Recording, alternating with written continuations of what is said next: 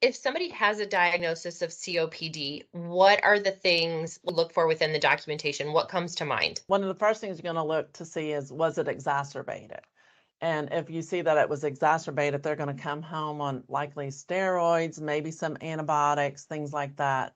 And you're going to look to see if they're on oxygen. Did they come home with oxygen? Is that oxygen new? Is it in the home when you assess the patient? Right. Do they have acute respiratory failure or perhaps acute on chronic respiratory failure?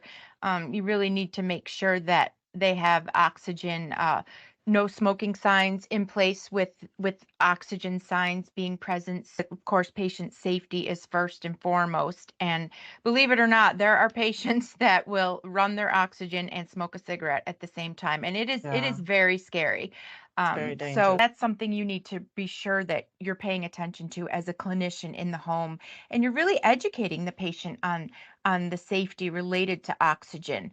We're also obviously going to be looking at M1400 for this one. A lot of times clinicians will say that the patient has no shortness of breath, and the patient has COPD, they're definitely going to have shortness of breath. And I believe if they have respiratory failure, they may have even more difficulty breathing. And so when we're looking at M1400 and COPD, we want to look at the level of impairment, right? Yeah. Yeah. So you're So, going to look at probably like a 2 or a 3. And you have to remember for a 3 with minimal, if I get short of breath just from bending down to maybe tie my shoe or just bending over to pick up something, that's going to be more on the minimal side. So that's things you're going to be paying attention to throughout your assessment. Like it might not just be when you get to, oh, I got a score at M1400. Just think back and remember when you saw that patient do a very simple task and they got short of breath, you're going to lean more toward responding to that as a 3. and remember, if the patient reports or demonstrates orthopnea, so when they lay flat, they have trouble breathing, that is an automatic response 4. Or yeah, and you don't see that one a whole lot. It can be kind of tricky, but like you said, you really have to pay attention to that specific documentation. Does the oxygen have to be reported as a medication? Yeah. Yes, it absolutely needs to be on the medication list.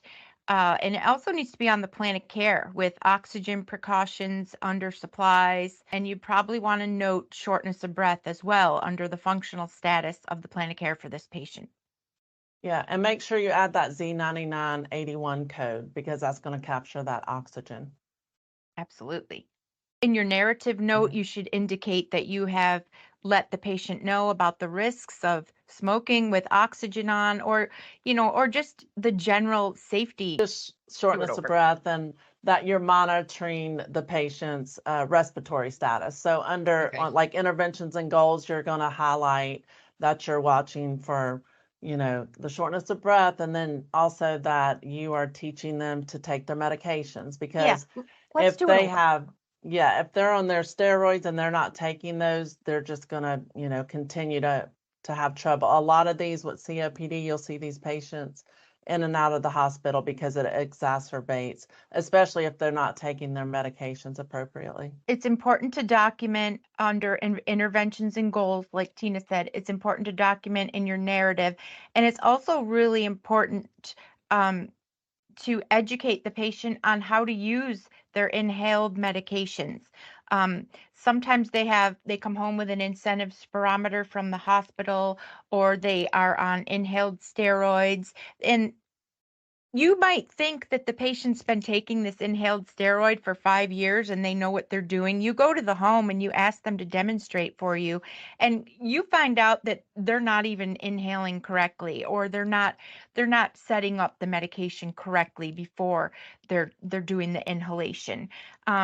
So you really want to make sure that they know how to put on their oxygen appropriately and they get the prongs in their nose correctly, and that they don't trip over the cord for the oxygen when they're on their way to the bathroom. There's a whole lot of things to consider when you're in the home, um, that can make their life easier and keep the patient safe, because really the goal is to keep the patient safe and they want to stay in their home as long as they possibly can, right? Yeah.